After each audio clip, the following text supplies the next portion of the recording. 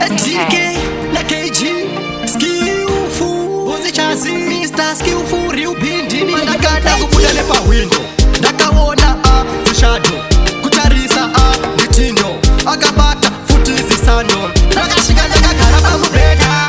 baby musana kapenda ndakanzimira hakuna kwekuenda waita munyama ndafito kuponda vakashika ndakagara pamubhedha baby musana kapenda ndakanzimira hakuna kwekuenda waita munyama ndafito kuponda ndakamboda futi kurizena ndichifunga ndichaiwina kusaziva handichapona burugwa vakarimbona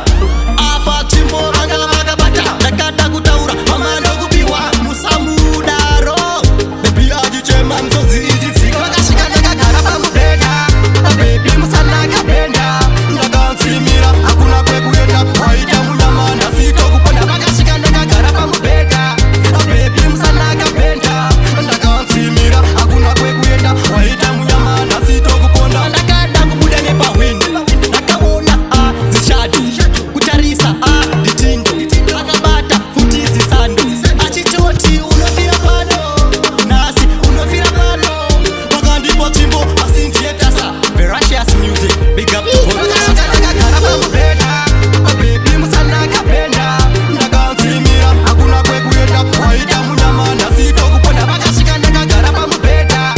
bebi musanakapenda ndakanzimira hakuna kwekuenda waita munyama ndafito kuponda ndakamboda futi kurizenya ndichifunga ndichaiwina kusaziva handichapona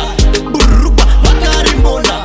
apa tsvimbo vanga vakabata ndakada kutaura mama ndokupiwa musamudaro bebi achichema msodzi ichitsika vakasvika ndakagara pamubhedha bebi musanakapenda ndakanzimira hakuna kwekuenda waita munyama ndafito kuponda vakasvika ndakagara pamubhedha bebi musanakapenda ndakanzimira hakuna kwekuenda waita munyama ndafito kuponda ndakada kubuda nepahwindo ndakaona zishado kutarisa nditindo akabata futi zisando achitoti unofira pano nasi unofira pano